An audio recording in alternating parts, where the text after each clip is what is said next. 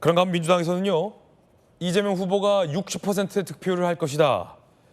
최소 55% 이상을 득표할 것이다.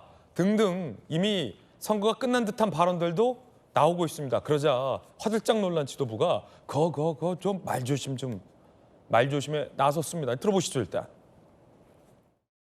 저는 이번 대통령 선거에서 미니멈 55%를 얻을 거라고 봅니다. 이재명 후보는 55% 이상 득표를 받는다. 60대, 30대 10이 나오지 않을까 이렇게 예상합니다. 그러자 지도부가 화들짝 놀랐습니다. 긴급지시상, 낙관 금지령, 말조심하라는 거죠. 연설 방송 등에서 예상 득표인인 압승 언급 금지, 언급 시 지인계 포함 책임 묻겠다.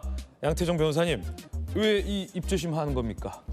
사실 뭐 선거라는 게 특히 이런 대통령 선거는 이제 전국적인 선거이기 때문에 뭐 단일화 변수가 있을 수도 있고 또 이제 여러 가지 뭐 후보들의 뭐 실수라든가 여러 가지 여건에 따라서 그 여론조사의 지지율이라든가 또 당일 얼만큼 투표하러 가느냐 투표율 여러 가지 변수가 있어서 선거 결과는 알 수가 없는 상황입니다. 사실 지난 2022년 대선 때도 이재명 후보가 거의 여론조사 기간 대부분을 그러니까 앞서는 것으로 나왔지만 실제 결과는 굉장히 0.7%포인트 차이에 이제 정말 아까운 석패를 하지 않았습니까? 네. 그런 이제 패배의 경험도 있고 또 이제 지금 높은 여론조사 지지율로 인해서 또 이제 지지자들이 막상 투표일 당일에 투표장으로 가지 않게 돼서 투표율이 떨어지는 또 그리고 열세 있는 후보 같은 경우에는 또 지지자들이 또 결집하게 되는 그런 여러 가지 변수가 있기 때문에 저는 단 한 표라도 이기기 위해서는 그 방심을 하지 말고 끝까지 마음을 놓지 않아야 한다고 생각을 합니다. 네, 그런 차원에서의 어떤 입조심이다.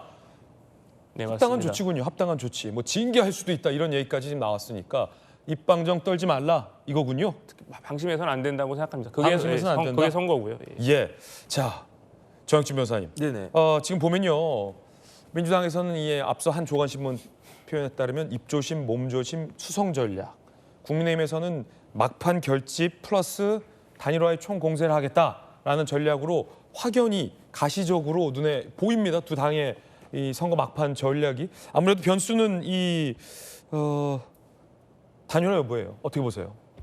저는 어떻게 생각하냐면요. 단일화라고 하는 것은 결국은 이준석 후보한테 달려있는 거 아니겠습니까? 그렇겠죠. 저도 마찬가지인데 모든 사람은 자기한테 가장 유리한 쪽으로 행동을 하는 거잖아요. 그러니까 아무도 이준석 후보에게 당신 단일화해라 이렇게 강요할 수는 없다라고 저는 생각을 하고요.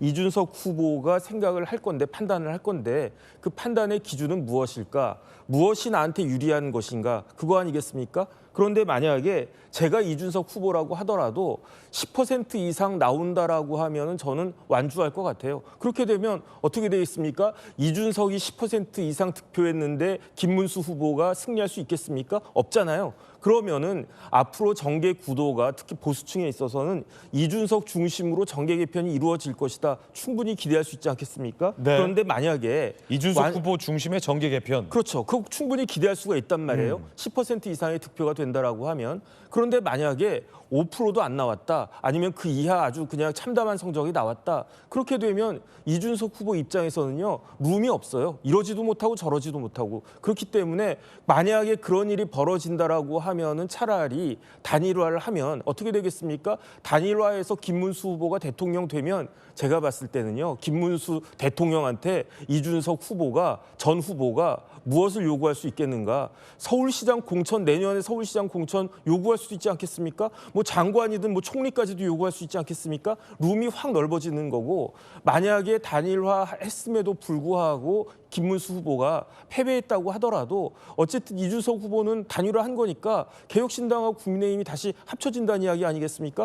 그러면 국민의힘의 당대표도 또 할 수 있다. 제1야당에서 당대표를 하든 뭘 하든 비대위원장을 하든 상당히 중요한 그 위치에 갈 수도 있을 것이기 때문에 그러니까 이준석 후보는 생각하기 나름에 따라가지고 어떻게 보면 꽃놀이패를 갖다가 쥐고 있는데 최악의 케이스는 뭐냐면은 진짜로 지난번 대선에서 누가 있었냐? 허경영 후보 후보 있었어요. 허경영 후보가 지지율이 막 5%도 나오고 막 그랬었단 말이에요. 제가 찾아보니까 마지막에 허경영 후보의 그 득표율이 0.83% 나왔고요. 더 중요한 사람이 누가 있었느냐? 그 다음에 있었던 경기도지사 선거에서 강용석 변호사가 후보로 나왔거든요. 강용석 변호사 많이 나올 땐 10%도 나왔어요. 그런데 결국은 이게 쫙 갈려가지고 강용석 후보가 얻은 그 표가 0.95%밖에 안 됐었어요. 그런데 만약에 강용석 후보가 김은혜 후보하고 단일화했었으면 그럼 또 달라지지 않았겠습니까? 강용석 짝 날 수 있다 이 말이에요? 제가 봤을 때 그다음에 어쨌든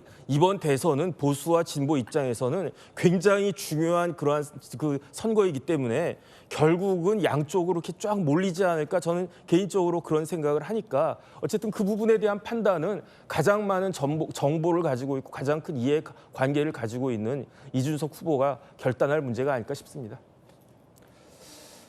일단 지금 국민의힘에서 나오는 워딩들을 보면 이준석 후보의 어떤 명예 회복에 관련된 발언들은 많이 나오고 있습니다. 억울하게 쫓겨났다, 부당한 대우를 받았다, 호랑이가 광야에서 헤매고 있다 등등 예우를 갖추고 있는 그런 발언들도 나오고 있습니다. 자, 그런가 하면 김문수 후보가 이재명 후보의 이 방탄 유리를 비판했습니다. 들어보시죠. 여러분, 저는 이 방탄조끼 입었습니까? 저는 방탄조끼 입을 필요가 없어요. 방탄조끼를 왜 입습니까? 김문수는 유리가 없습니다. 방탄 유리가 없어요. 방탄조끼도 안 입었죠? 경찰 경호도 필요 없다. 그렇더니만은 민주당하고 우리하고 같이 이 형평을 맞춰야 되기 때문에 경호 안 하면 안 된다는 거예요. 나는 필요 없다. 내가 총 맞을 일 있으면 저는 맞겠습니다. 자, 그러자 민주당에서는 목숨까지 정쟁을 한다라며 비판했습니다. 테러 협박을 조롱 대상 삼아 작년 1월 실제 테러 부추기나 사람 목숨까지 정쟁 대상을 끌어들였다라고 맞비판하기도 했습니다. 자, 그 가운데 민주당 당사 근처에서 30대가 체포됐는데요. 흉기를 소지했다라고 체포가 됐습니다. 가스 충전식 비비탄촉과 칼을 지니고 있는 남성을 불신 검문으로 체포했습니다. 아직 테러로 규정하기는 어렵다라는 얘기도 나오고 있습니다. 어떤 목적이라도 이 정치인에 대한 테러는 용납될 수 없다라는 말씀 드리겠습니다.